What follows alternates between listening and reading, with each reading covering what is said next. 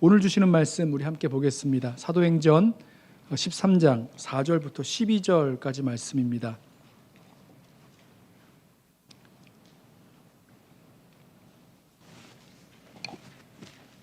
사도행전 13장 4절부터 12절까지 말씀 우리 찾으셔서 한 절씩 교독하고 마지막 절은 함께 읽겠습니다. 사도행전 13장 4절부터 12절까지 말씀입니다. 제가 먼저 읽습니다. 두 사람이 성령의 보내심을 받아 실루기아에 내려가 거기서 배 타고 구브로에 가서 살라미에 이르러 하나님의 말씀을 유대인의 여러 회당에서 전할세 요한을 수행원으로 두었더라. 온 섬 가운데로 지나서 바보에 이르러 바예수라 하는 유대인 거짓 선지자인 마술사를 만나니 그가 총독 서기오 바울과 함께 있으니 서기오 바울은 지혜 있는 사람이라 바나바와 사울을 불러 하나님의 말씀을 듣고자 하더라. 이 마술사 엘루마는 이 이름을 번역하면 마술사라 그들을 대적하여 총독으로 믿지 못하게 힘쓰니 바울이라고 하는 사울이 성령이 충만하여 그를 주목하고 이르되 모든 거짓과 악행이 가득한 자요 마귀의 자식이요 모든 의의 원수요 주의 바른 길을 굽게 하기를 그치지 아니하겠느냐. 보라 이제 주의 손이 내 위에 있으니 내가 맹인이 되어 얼마 동안 해를 보지 못하리라 하니 즉시 안개와 어둠이 그를 덮어 인도할 사람을 두루 구하는지라. 함께 읽습니다. 이에 총독이 그렇게 된 것을 보고 믿으며 주의 가르치심을 놀랍게 여기니라. 아멘. 안디옥 교회가 주님을 예배하며 금식할 때에 성령께서 말씀하셨죠. 내가 불러 시키는 일을 위하여 바나바와 사울을 따로 세우라. 자, 이 말씀에 순종해서 안디옥 교회는 금식하며 기도하고 두 사람을 안수하여 보냈습니다. 바나바와 사울은 안디옥에서 가까운 항구인 실루기아로 내려가서 배 타고 구브로 섬으로 떠나갑니다. 자, 여기가 어딘지 지도를 한번 보시면 좋겠는데요. 지금 지도를 보시면 잘 보이세요? 좀 작아서 안 보이시나요? 이쪽 예루살렘에서 북쪽으로 올라가서 지중해 동편의 북쪽에 이 안디옥이 있습니다. 지금은 터키 땅이죠. 시리아에 가까운 터키 땅입니다. 그 안디옥에서 내려오면 실루기아라는 그 항구가 있고요. 그 실루기아에서 배를 타고 지중해 한가운데 있는 구브로 섬으로 들어간 겁니다. 첫 번째 선이 보이실 거예요. 자, 이렇게 구브로 섬으로 갔는데요. 왜 구브로 섬이었을까? 왜 두 사람은 다른 곳이 아니라 가장 먼저 이 구브로 섬으로 갔을까? 우리는 몇 가지 이유를 생각해 볼 수가 있습니다. 이 구브로가 바나바의 고향이어서 구브로로 갔다 이렇게 설명하는 분들도 있어요. 아무래도 자기 고향이니까 형제도 있고 친척도 있고 아는 사람도 있으니 먼저 구브로 섬으로 가서 전도하였다 이렇게 설명할 수가 있어요. 또 구브로에는 바나바의 친척만이 아니라 많은 유대인들이 거주하는 유대인 이주 정착지가 많이 있었습니다. 실제로 바나바와 사울이 구브로 섬에 들어가서 여러 유대인의 회당들을 다니면서 복음을 전했죠. 확실히 구브로 섬에는 많은 유대인 이주민들이 살았습니다. 그래서 이 디아스포라 유대인들이 많은 구브로 섬으로 갔다 이런 설명을 할 수도 있을 거예요.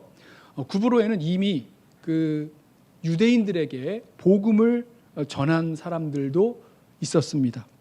그 안디옥에서 처음으로 헬라인에게 복음을 전한 사람들도 그 구브로 출신이었어요. 어쩌면 그 구브로 출신 성도들이 구브로 섬으로 가달라고 부탁을 했을 수도 있겠습니다. 여러 이유를 생각해 볼 수 있지만 성경은 다른 이유를 말씀하지 않고 있고요. 한 가지 이유를 말씀하는데 그것은 두 사람이 성령의 보내심을 받아 구브로 섬으로 갔다 이렇게 말씀하고 있습니다. 4절을 보세요. 두 사람이 성령의 보내심을 받아 실루기아에 내려가 거기서 배 타고 구브로에 가서 구브로가 바나바의 고향이라든지 구브로에 유대인 정착촌이 여럿 있어서라든지 아니면 누군가의 부탁을 받았다든지 자 이게 아니라 두 사람은 성령의 보내심을 받아서 배 타고 구브로 섬으로 들어간 겁니다. 그러면 성령은 왜 두 사람을 구브로 섬으로 보냈을까? 가장 먼저 다른 곳이 아니라 구브로가 바나바의 고향이었다면 안디옥에서 다소는, 그러니까 바울의 고향인 다소는 더 가깝지 않습니까? 왜 하필 이 구브로 섬으로 보내셨을까? 두 사람은요, 그 이유를 정확히 모른 채 구브로로 간 겁니다. 그래서 성경이 왜 구브로로 갔는지 그 이야기를 하지 않고 있어요. 그냥 성령의 보내심을 받아서 갔다, 이렇게만 말합니다. 그런데 이 구브로에 가서야 왜 성령께서 구브로 섬으로 이 두 사람을 보내셨는지 그 이유를 알게 되는 거죠. 오늘 본문 이야기를 나누면서 성령께서 두 사람을 이 구브로로 보내신 이유가 무엇인지 알게 되는 겁니다. 이 구브로에 도착한 두 사람은요, 살라미에 있는 유대인의 여러 회당에 가서 하나님 말씀을 전했다고 합니다. 그리고 온 섬의 가운데를 지나서 바보까지 이르렀습니다. 이 섬을 지나면서도 복음을 전했을 텐데요. 이 구브로 섬이 작은 섬이 아니라 상당히 큰 섬입니다. 현재 그 사이프러스라는 나라인데요. 북사이프러스, 남사이프러스 이렇게 나눠져 있죠. 한번 지도로 한번 살펴보실까요? 지금 지도를 보시면 이 섬의 그 동쪽 끝에서부터 시작해서 이 섬을 한가운데로 지나 바보 서쪽 끝에 이르는 저 바닷가에 있는 서쪽 끝까지 섬을 지나면서 복음을 전했습니다. 그런데요, 이 성경에는 이 살라미에서 바보에 이르는 이 긴 거리 동안 거의 한 100마일, 한 180km니까 100마일이 훨씬 넘는 그 길인데요. 이 가운데 있었던 이야기는 하지 않습니다. 바나바와 사울이 바보에 도착한 후에 구브로의 총독 서기오 바울을 만나고 그가 어떻게 예수를 믿게 되었는지에 대해서 이야기하는 것, 이 한 가지 이야기만 나옵니다.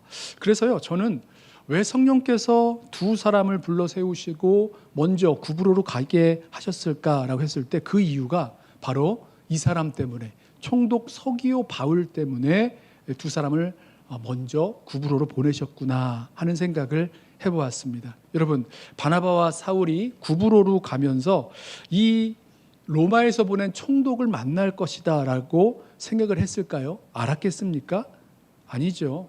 바나바와 사울이요, 이 구브로 섬에 가면 누구를 만날 것인가? 아마도 두 종류의 사람을 만날 거라고 생각했을 거예요. 유대인들 만났겠죠. 유대인들이 구브로에 간 거니까 구브로에 사는 유대인을 만나거나 아니면 구브로 사람을 만나서 복음을 전하게 될 줄로 알았을 겁니다. 물론 그렇게 했어요. 하지만 전혀 생각해보지 않은 로마 사람 하나를 만나고요. 그리고 구브로의 총독 서기오 바울에게 이 복음을 전했을 때 거기에서 성령의 역사와 능력이 나타나게 된 겁니다. 여기서 우리가 알 수 있죠. 성령께서 바울과 바나바를 구브로로 먼저 보내신 이유가 바로 이 사람, 총독 서기오 바울 때문이었다는 겁니다. 이 서기오 바울은요, 로마 원로원이 지명을 해서 구브로로 보낸 총독이었습니다. 구브로에서는 가장 높은 권력을 가진 사람이었겠죠. 또 이 유적들, 또 역사 기록을 살펴보면 이 서기오 바울의 가문, 여기서 서기오가 이제 로마 그 가문을 이야기하는데요. 아주 유력한 로마 귀족 가문 출신이었다고 합니다.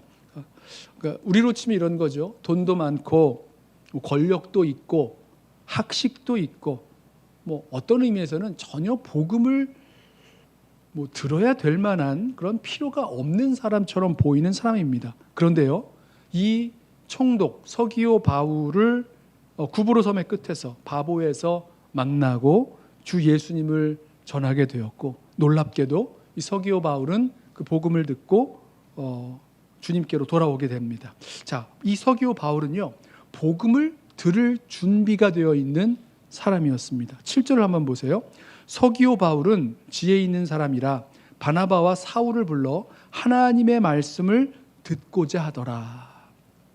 여기서 이제 지혜 있는 사람이라고 했는데 이 말은 어떤 문제에 대해서, 어떤 일에 대해서 이해하고 평가하고 이렇게 할 수 있는 지적인 능력이 있다라는 그런 뜻입니다. 서기오 바울이 당시 새로운 종교의 가르침으로 여겨졌을 이 복음에 대해서도 열려 있는 거죠. 지적 탐구심, 호기심이 있는 사람이라는 겁니다. 그 사람들 중에는 복음을 들으려고도 하지 아니하고 생각해보지도 않고 그냥 틀렸다고 하거나 아니면 귀찮아하는 사람들이 있었을 텐데 서기오 바울은 그러지 않았어요. 이 지혜 있는 사람 서기오 바울은 바나바와 사울을 직접 불러서 이 하나님의 말씀을 듣고 싶어 했던 사람이었다는 겁니다. 바나바와 사울이 구브로의 동쪽 끝 저 살라미에서부터 시작해서 서쪽 끝까지 바보로까지 쭉 내려오면서 복음을 전했을 때 어떤 사회적인 그 반향이 있었겠죠. 그리고 그 소식을 들었던 총독 서기오 바울은 이 가르침이 정말로 들을 만한 가치가 있는 그런 말씀인지 하나님 말씀인지 직접 듣고 확인하기를 원했다는 겁니다. 그래서 그들을 불러서 말씀을 듣고자 했어요. 서기오 바울에게 있었던 개인적인 지적인 호기심, 탐구심 이런 것도 있었겠고요. 그에게는 분명히 영적인 갈급함이 있었을 것입니다. 인생의 근본적인 진리에 대한 그런 궁금증들, 갑갑함들, 우리 사람은 어디로 와서 어디로 가는지, 내가 왜 사는 건지, 이런 인생의 근본적인 질문들이죠. 또 보이지 않는 영적 세계에 대한 관심도 있었던 것 같아요. 그러니까 그 옆에 나중에 보시겠지만 유대인 선지자, 마술사, 지혜자라는 그 엘루마도 있는 것을 보면 영적인 그 세계에 대해서도 관심이 있었던 것 같습니다. 여러분, 아주 이렇게 악하게 최악으로 사는 사람만 영적 갈급함이 생기게 되는 것이 아니라 상대적으로 괜찮아 보이는 사람들, 이런 사람들에게도 영적인 갈급함과 질문들이 분명히 있습니다. 아무리 이 세상에 좋은 것을 가지고 있고 그 좋은 것을 가지고 내 인생을 채웠다고 해도 채워지지 아니하는 영적인 갈급함과 목마름, 그것이 바로 이 서기오 바울의 모습이었죠.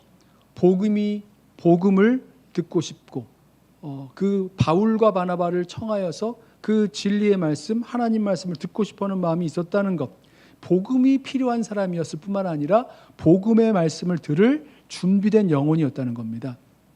자, 그래서 성령은 바나바와 바울을 이 구브로의 온 섬을 지나서 바보에 이르게 하셨다. 복음은 누구에게나 필요하죠. 모든 사람에게 필요한 것입니다. 영적으로 아주 최악에 있는 사람뿐만 아니라 우리가 보기에 괜찮아 보이는 사람, 그에게도 복음은 필요한 건데, 자, 우리가 아는 가까운 곳에 있는 사람뿐만 아니라 우리가 알지 못하는 먼 곳에 있는 그 누구에게도 복음이 필요하고, 거기에 이 준비된 영혼이 있는 거죠. 그리고 성령은 그 사람을 향해서 이 사람을 불러 보내신 것입니다. 두 사람을 불러 보내신 것이죠. 저는 이 말씀을 보면서 우리 교회에서 파송한 선교사님들의 사역도 생각이 났어요. 거기에서 파송된 곳에서 예상하지 못한, 만날이라고 예상하지 못했던 사람들을 만나고 그들에게 복음을 전하고 사역을 하게 된 모습들이 있었습니다. 이집트에 갔는데, 이집트에 파송을 받았는데 수단 사람을 만나고, 또 쿠르드에서 예지리 사람을 만나고, 물론 쿠르드 사람입니다마는 예상하지 못한 사람들을 만나게 되는데, 그 중에 복음이 필요한 사람, 복음을 듣기 원하는 사람, 복음의 마음이 열려 있는 사람들이 있었다는 거예요. 말씀의 양육이 필요하고 또 선교사님들의 도움과 헌신이 필요했던 그 사람들이 있어서 하나님께서 그곳으로 이 선교사님들을 이렇게 파송하고 보내셨다, 이런 생각을 해보았습니다. 마찬가지로 저와 여러분을 부르시고 보내신 삶의 자리에도 정말로 진리에 목말라 하는 사람, 복음을 듣기 원하는 그런 준비된 영혼들이 있는 줄로 믿습니다. 어쩌면 그 사람들이요, 우리 눈에 볼 때는 복음이 필요 없을 것처럼 보이는 사람일 수 있어요. 돈도 많고 성공도 하고 예수 없어도 아주 선하게, 아주 신실하게 살아가는 사람들, 이런 사람들이 정말 복음이 필요할까? 또 이 시대가 얼마나 과학적으로 이렇게 발전되어 있는 그런 사회입니까? 기술적으로, 과학적으로. 하지만 아무리 발전된 사회이고 또 돈도 많고 성공도 하고 선하고 착하게 사는 사람이라고 하더라도 그 마음에는, 누구나 그 마음에는 진리에 대한 목마름과 또 어떤 것으로 채워지지 않는 그 마음의 허무함, 예수님으로밖에 채울 수 없는 그 허무함, 또 외로움, 이런 것들이 남아있죠. 그러니까 얼마만큼 그것을 내가 자각하고 원하느냐, 이 문제의 차이는 있을 뿐이지만 분명히 그 사람의 영적 실상은 무엇으로도 채워지지 아니하는 허무함과 외로움과 진리에 대한 목마름, 이런 것들이 분명히 있다는 것입니다. 우리가 이 사실을 알아야, 이 사실에 눈이 열려야 정말로 담대하게 복음을 전할 수 있는 거죠. 왜 우리를 여기로, 이 관계 속으로 우리를 보내셨는가?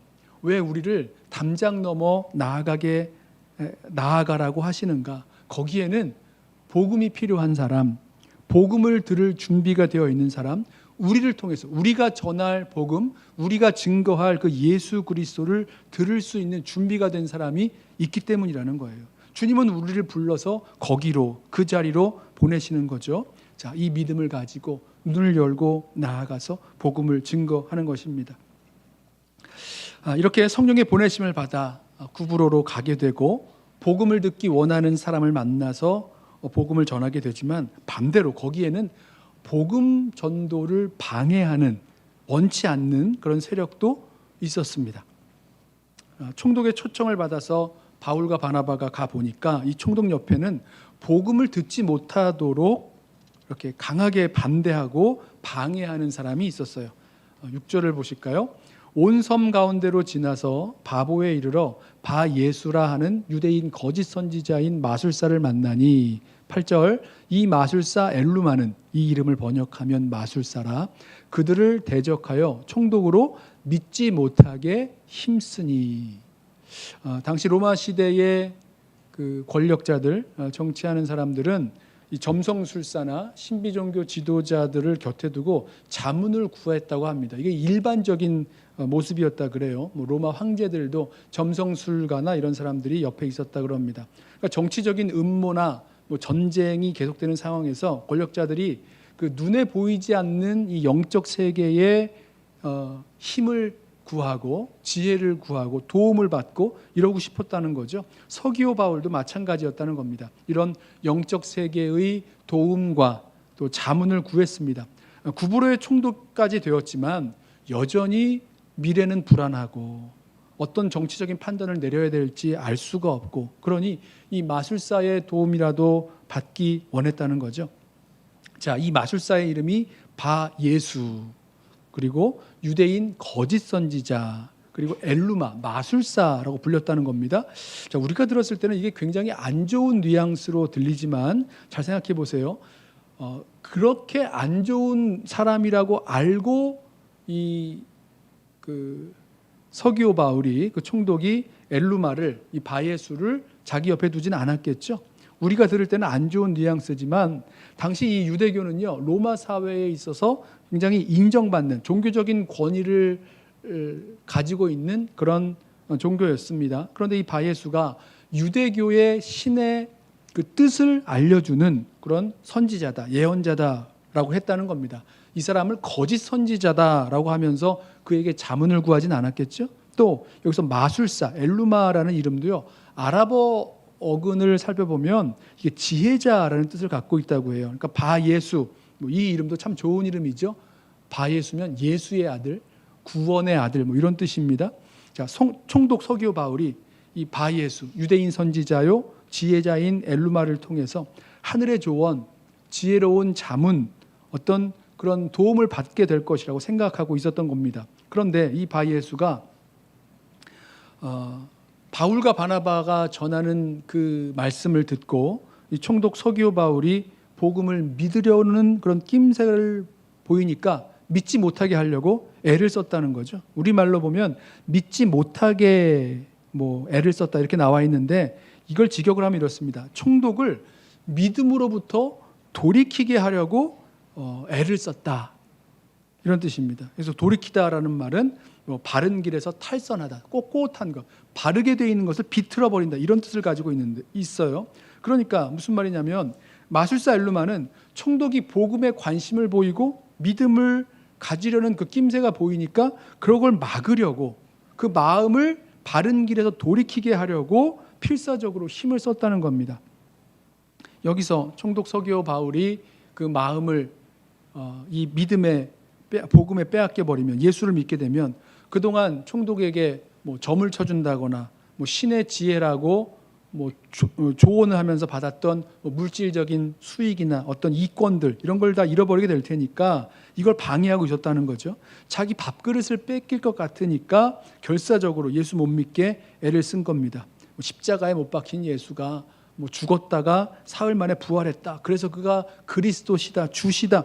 이런 거는 말도 안 되는 얘기다. 허황된 이야기다 하면서 이걸 어떻게 믿느냐고. 공부도 많이 했고 똑똑하고 지혜롭고 이 좋은 가문에 이런 분이 이런 거 믿으면 되겠느냐고 이러면서 반대를 했을 것 같습니다. 자, 여러분 이렇게 복음을 전하는 일에 있어서 심한 반대에 부딪히게 되었을 때 어떨까요? 어떤 마음이 들까요? 주저하게 되죠. 여러분이 누군가에게 힘들게 용기를 내서 복음을 전하게 됐는데 아주 심한 반대하는 사람이 나타난 겁니다. 자, 이렇게 반대에 부딪히면 먼저는 주저하게 되겠죠. 아무리 복음을 열심히 전하려는 마음이 있다고 해도 이렇게 강하게 결사적으로 반대하는 얘기를 들으면 참 마음이 어렵고 힘듭니다. 에이, 그만둬야 되겠다. 어렵다. 힘들다. 이런 마음이 들겠죠? 그런데 바울과 바나바는요, 여기에서 그만두지 않았습니다.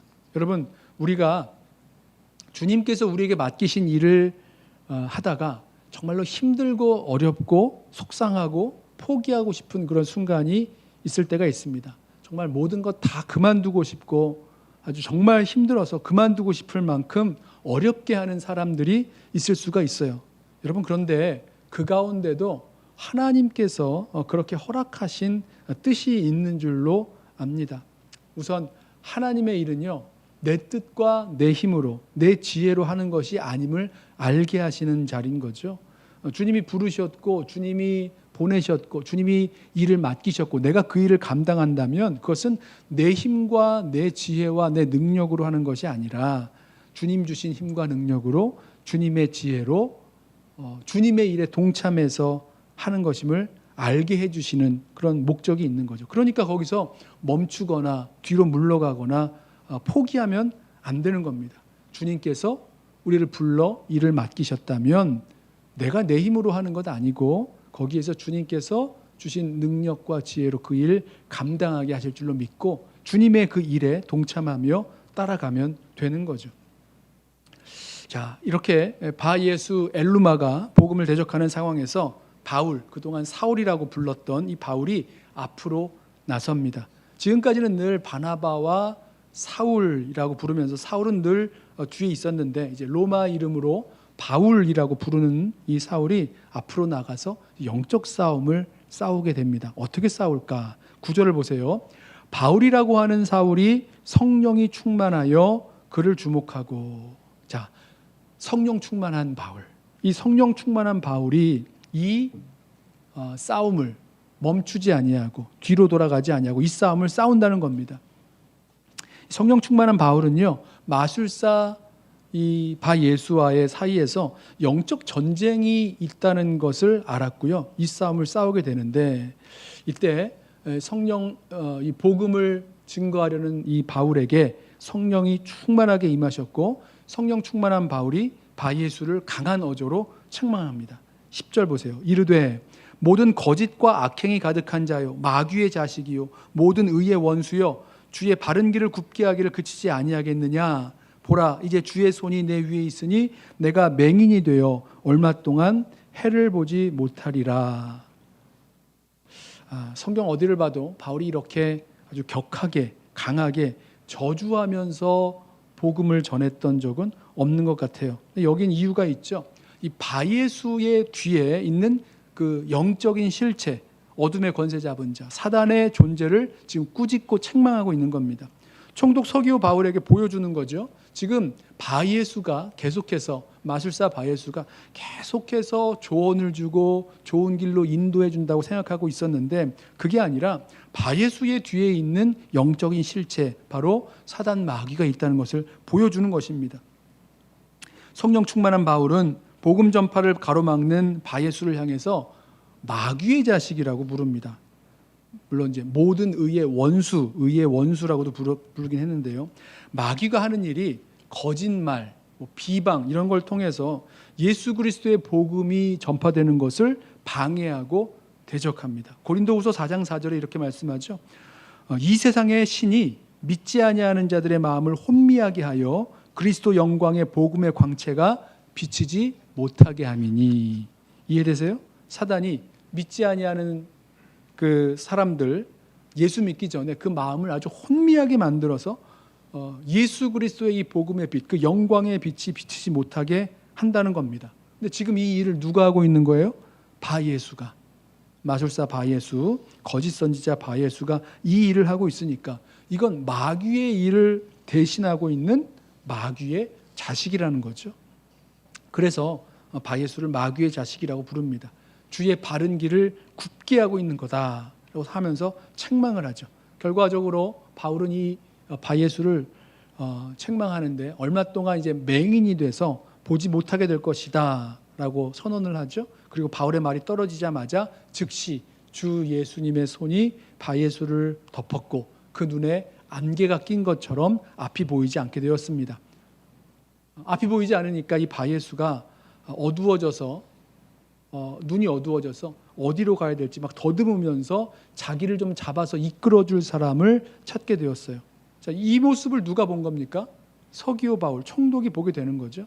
바예수가 자신에게 이런 영적인 조언, 신의 그 말씀을 전해줘서 나를 인도해 주는 사람이 아니라 이 바예수야말로 영적인 소경이요 허공을 더듬고 살아가는 사람이다라는 그 실체를 보여주는 거죠. 자, 이 모든 광경을 지켜본 총독 서기오 바울은 깜짝 놀라죠.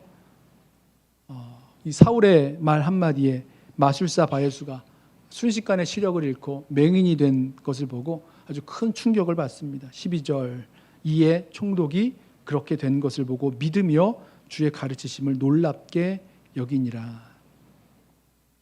서기오 바울은 이 마술사 바예수의 영적 실체를 알게 되고 바울이 전한 복음의 능력 또 이 살아계신 예수의 그 능력을 알게 되었으니 이제 주 예수를 믿게 되었습니다. 주의 가르치심을 놀랍게 여겼다라고 하는데요. 이 역시 성령께서 그 바예수 누굽니까? 서기오 바울 총독의 마음에 깨닫게 해주셨기 때문에 그 가르치심을 알게 된 거죠. 성령 충만한 바울 앞으로 나서서 복음을 방해하는 바예수의 실체를 간파하고 총독의 눈을 가리고 묶고 있는 그 영적의 실체를 드러냈어요. 마귀인 거죠. 사단 마귀가 복음의 빛이 비치지 못하도록 이 마음을 가리우고 그 눈을 가리우고 있는 겁니다.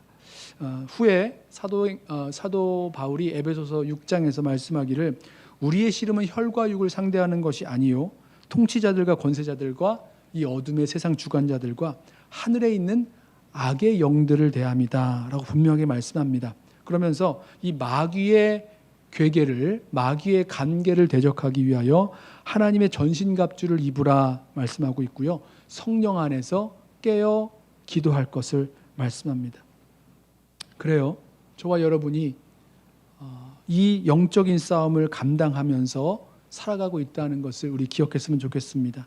매일의 삶 속에서 성령의 보내심을 받은 성도의 삶, 그리고 성령의 충만함 가운데 우리 가운데 있는 이 어둠의 권세가 복음을 전하지 못하도록 하고 또 그 한 사람의 영혼을 꽉 잡고 있는 그 상황이 있다는 것을 우리 기억하면서 이 마귀의 간계를 능히 이길 수 있도록 하나님의 전신갑주를 입고 성령 안에서 깨어 기도하면서 성령 충만함으로 이 믿음의 영적 싸움을 싸우며 나아가기를 소원합니다.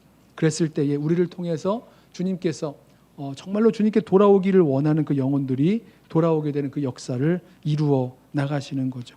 성령이 우리를 불러 보내셨고 성령이 계획하신 대로 만나게 하셨고 또 우리가 성령 충만하여 복음을 가로막고 있는 그 영적인 실체들을 보면서 이 영적 싸움을 싸워 나아가는 겁니다. 여러분, 담장 넘어 열방으로 가는 것, 복음을 전하며 살아가는 삶, 이 모든 것이 성령께서 우리들 가운데 일하시고 역사하시는 삶이라는 것을 기억하시기 바랍니다.